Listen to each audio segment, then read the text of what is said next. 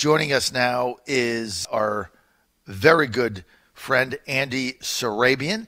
And as I say, Andy is a former advisor to Special Assistant to the President, Republican strategist, and advisor now to Donald Trump Jr. Andy, good to have you with us, man. Hey, John. Thanks so much for having me on this morning, man. And for the record, I am a friend of John, and FOJ. I like that. FOJ. Now, that's a very distinct class, Andy. And when you get to be an FOJ, I stand behind my friends to the death. And you ask anybody that's an FOJ, no matter what has gone down, I never waver. So that's a very special status. FOJ, Andy Surabian, FOJ. Now, Andy, we're spending a lot of time on the CNN, I don't know what to call it, fiasco, fake news, lie. I mean, look, I go on CNN. They're nice people. I try to compliment them. They are my network.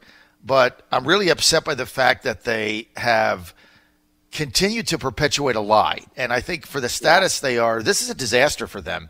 And I don't know what they're doing with it. And I'm embarrassed by the whole thing to be associated with them because they took a story that was suspect in and of itself because of who the source was, Lanny Davis, saying that candidate Trump knew about this meeting. He did. Now it turns out to be a lie. Lanny Davis raised $150,000 off it on GoFundMe. Andy, what's the deal here? No, it really is amazing. And I think there was a Breitbart headline I saw from a story from Matt Boyle that really summed it up. Fake news scandal engulfs CNN. And the saddest part of the whole thing is it's really been a self-inflicted wound. So just for the audience, a quick refresher, CNN writes this story basically saying that Michael Cohen is telling people that he's going to testify that President Trump had advanced knowledge of the infamous Trump Tower meeting. Well, of course it comes out that that actually isn't the case. And the way it comes out is because Michael Cohen's lawyer admits on the record in an Axios story last week that Michael Cohen testified to the House Committee on Intelligence that he didn't have any advanced knowledge of Trump having any knowledge of the meeting, right? So that's the first step. And so after that came out, you started to see a couple other news outlets like Washington Post start retracting and correcting their previous stories. But it got worse because after the Axios story came out, Lanny Davis started going on the record in other outlets and apologizing publicly for misleading reporters and admitting that he was the source openly for these stories. And as he started doing this, other publications started updating and correcting their stories. Every publication basically corrected or updated their stories except for CNN. And to understand CNN has been the lone holdout, to understand why CNN has refused to do the right thing here, you have to kind of go back a year. It was only a year ago where CNN got lit up and ended up having to fire 3 people over a completely fabricated story regarding Anthony Scaramucci, telling some Russian oligarch supposedly that they were going to lift Russian sanctions. Completely false. CNN got torched for it. They had to fire the 2 reporters and the editor on the story. So now you're probably sitting here asking, okay, well they did it a year ago. Why won't they do it now? And I think it has to do with who's on the byline. Because on the byline for this CNN story is famed Watergate reporter Carl Bernstein. And Carl Bernstein was once the bedrock of journalism. He was this superstar. Well, unfortunately, Carl Bernstein has devolved from a journalist into a left-wing political hack. And the person who he shared the byline with, Jim Scudo, never had to devolve from a journalist to a left-wing hack. He's always been a left-wing hack. He's a former Obama political appointee. So it really comes down to the fact that CNN, in the face of pretty much everyone else saying that they got this story wrong, in the face of their source being on the record saying that he lied to him, they don't want to besmirch Carl Bernstein or Jim Scudo, but what they don't realize is that they've actually caused a much bigger controversy by not doing anything. Andy, I love the way you laid this out, and it looks like, maybe they're protecting Carl Bernstein, but I mean, Carl Bernstein is Carl Bernstein, right? I mean, he can protect himself, or he can do what he does. He's a little bit up there long in the tooth. I mean, it's CNN's reputation as a legitimate news outlet. And when you look at the way they promoted, when you look at the way we have, you said something interesting earlier that, hey, listen, you go on CNN, you know people there. There are some good reporters there. Listen, I know some reporters there who are good. But you know what? The good reporters, the honest reporters at CNN are the people there most upset about this entire thing because they know that it really diminishes their ability and takes away their credibility as journalists. Those are the people that CNN is hurting. At the end of the day, CNN isn't hurting Donald Trump or Donald Trump Jr. or Anthony Scaramucci with all their fake news. They're hurting themselves. I couldn't agree more, and it's sad. It's really sad to see how CNN has devolved in this way into just it's almost now a crazed anti-Trump propaganda network. I mean, it's crazed. It's gone over the top to insanity level. And, I know that the one school of thought is they wanted to protect Carl Bernstein. The other school of thought, which is mine, is they really want the story to be true. And so they're just not willing to give up on it and not willing to simply say, hey, we made a mistake. And so the problem with them admitting this, once you get to who the source of the story was, and this is one thing that everybody's missed, the source of the story on the surface is Lanny Davis, Cohen's lawyer. So look, I've been an editor of major daily newspapers for a long time. That's my career. So if I'm an editor and I get a reporter that comes to me a month ago and says, look, I've got my source, and they have to tell the editor who it is. My source is Michael Cohen's lawyer, who talks to him every day, obviously. And he says this. Can I run it? Well, I'm not going to be able to verify that with anybody else because that's a guy's lawyer, right? I'm likely to probably say, well, this is a blockbuster. Let's take a shot.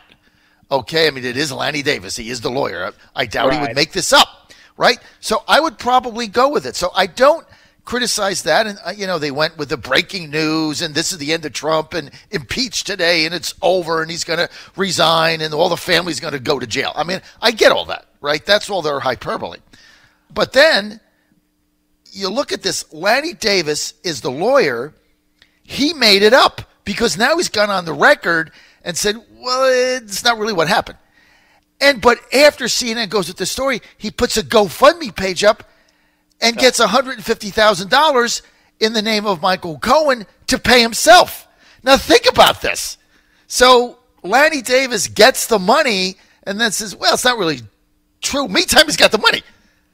And then, okay, so the whole thing blows up, and all CNN had to do was say, look, we really regret this. It is simply false. And, going forward, maybe we're going to take pause. Everybody would have said, fine. I mean, it happens in this business. Yeah, I mean, it really is. It really is fascinating to watch because while CNN's sitting there refusing to retract or correct, you have the Washington Post, who, no friend of the president. They write a bunch of stuff on a regular basis that I disagree with or I think, isn't true. But, the Washington Post has the decency to at least, follow the truth. You would think CNN would be able to be as honorable as the Washington Post. I don't know that that's a super high bar for them or should be a super high bar. But, the thing that really gets me is the smugness that you always see coming from CNN. We're always getting lectured by CNN. We're getting lectured by Brian Stelter every Sunday on his media show about how superior CNN is and how much President Trump supposedly lies and how much we all twist the facts and how great CNN is. And they're always telling us that they're real news. But here we have a case of provable fake news coming from them that they have dug their heels in and refused to fix.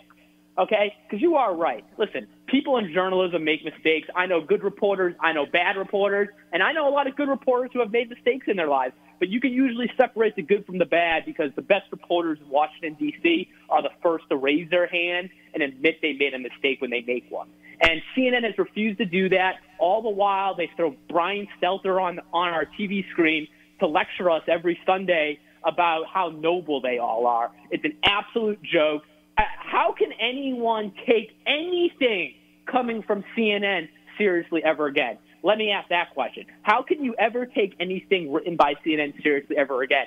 That is the consequence of their actions. Because I know that's how I'm going to feel from now on. I think there's going to be millions of people across the country who feel that way, and that's CNN's own fault.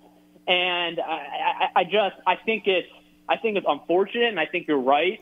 The need for the constant breaking story. I mean, listen, this isn't the first time they had to retract the story about Scaramucci. 6 months ago, they wrote another completely fake story about Donald Trump Jr. They wrote this story saying that he had pre-advanced knowledge of the WikiLeaks dump. Well, it turns out the email that they were citing was after the WikiLeaks were publicly dumped. Did they ever bother to correct that story? No, they didn't. But what they did do was they put the first false headline on TV, for 2 straight days, and then, quietly just, wanted people to ignore it after the truth came out. And that's a real problem, and that's a problem that, journalists need to grapple with. And CNN has really done a disservice to all of their colleagues throughout the field of journalism. I don't think they're going to recover from this. I really don't, because the next time I see breaking news and they're all running around with their hair on fire and it's some unnamed source, I'm not going to believe it. I mean, I'm not going to believe it because they believe it? You can't, because they have pushed a lie and then stood behind the lie, which is the worst thing in any kind of journalism that you can possibly do. Even if you're an opinion writer and you screw up, you have to own up to it. It's not a big deal. That's the thing. But they don't want the story to go. They are praying it's true. They want to see Trump impeached. That's what they want to do, and so they want to keep the story alive. So, Andy, let's get to the midterms, and I'm going to be asking everybody about this. We got 69 days. I want your honest assessment. Give us your take on what happens in the House. Okay, so, I mean, listen. None of us can read the crystal ball to tell you exactly what's going to happen in the House, obviously. But I want everyone listening to kind of heed my words. We cannot sit around and be lackadaisical. Let me be clear. 2018 is the first re-election of President Donald Trump. Whether we like it or not, this is a national election now, all right? This is about making America great again or the resistance. And that's the choice. It's a binary choice. Do you want to resist tax cuts? Do you want to resist security at the border? Do you want to resist prosperity for millions of Americans? Or do you want to make America great again? That's what this election comes down to. And, unfortunately, there's a trend in political history that says the winning party of the presidential election almost always loses seats in the next midterm. And I am hopeful that we can be one of the few people that actually buck that trend and hold on to the House. But it's going to be a dogfight. And if people aren't taking it seriously, if people aren't motivated on our side, we could lose the gavel to Nancy Pelosi. I don't want to be the prophet of doom. I don't want to be the doom and gloom guy. But here I am. I'm hitting the alarm bell. It's time for people on our side to wake up. You got to stand up and you got to fight for President Trump, because if you don't fight for President Trump, you're going to get Speaker Nancy Pelosi. And if you get Speaker Nancy Pelosi, they're going to do everything they possibly can to make sure you don't have President Trump. The House is going to impeach him in 90 days. They have to. And so if you're a Democrat and impeachment comes up, you cannot vote no. You cannot vote no. You can't. To be her final act. Right. She wants her legacy to be impeaching Donald J. Trump. Think about being a Democratic congressperson, right? And you have a 5-seat majority, and impeachment comes up, and it is going to come up, and it doesn't matter what the charges are. The charges are going to be something ridiculous, something like we have evidence that the president puts marmalade on a peanut butter sandwich, high crimes and misdemeanor. Yeah, it's going to be something stupid. But if you're a Democratic member of the House of Representatives and you vote against impeachment, you are going to get primaried out the next cycle, you're done. So they got nowhere to go on this, right? This is what they've ran on. This is what they made. This is what their base wants. You just saw in Florida, I mean, they're nominating the most liberal, progressive person they can find. And that person who says, this is stupid, I'm not voting for impeachment, they'll get primaried and they'll get beat. And so that's why. My friend John is nailing it on the head, as always, because the Democrats are running around D.C., and they're telling every reporter who will listen, we don't want to impeach Donald Trump. No one on our side is talking about impeaching Donald Trump. Nancy Pelosi goes out of her way to say, no, we're not looking to impeach Donald Trump. But guess what? That's all irrelevant. None of those words mean anything, and it's because of your point. Their base wants Donald J. Trump impeached. If you happen to have any liberal friends, you talk to them, ask them what they think about Donald Trump, and the first thing that will come out of their mouth is they call him an illegitimate president, and they say that we need to get rid of him. You better believe that the Democrat base, the one thing they care about, when they talk about resistance, what they really mean is when they say they are trying to resist the presidency, they are trying to tear down the presidency. They are obsessed with impeaching Donald J. Trump. And at the end of the day, Nancy Pelosi doesn't want to talk about impeachment because she knows talking about impeachment actually helps our people because it motivates Republicans to come out and vote to save Donald J. Trump, and she doesn't want that. Right. But please believe that the base of the Democrat Party is obsessed with impeaching the president. If we don't come out and vote in 2018, that's going to be one of the first things that they do in the House. And they're going to do everything. Forget any new positive policies to make America great again. All right? We're going to have to be worrying about them trying to tear back the positive policies that we've already passed. So I would implore everyone who's listening right now, get out and vote in November. Get your friends out to vote. Do everything you possibly can. Because the alternative is Trump is going to get impeached in 90 days. That's the alternative. And let me tell also my Trump listeners out there, whatever district you're in, you don't like your Republican candidate for whatever reason. They voted something on this, or you got some pet peeve, or, you don't like a vote on something, or they didn't come to your Tea Party meeting. Forget all that, right? That's just petty crap, okay? The stakes here are so huge for the future of your country. This is the most important midterm in the history of the Republic. So whatever your little pet problem is, your personal problem with whoever your GOP representatives is, and everybody knows I can't stand the Republican Party anyway, it doesn't matter. The stakes are too high. Get out and vote for the person with an R by their name and keep Trump in the White House.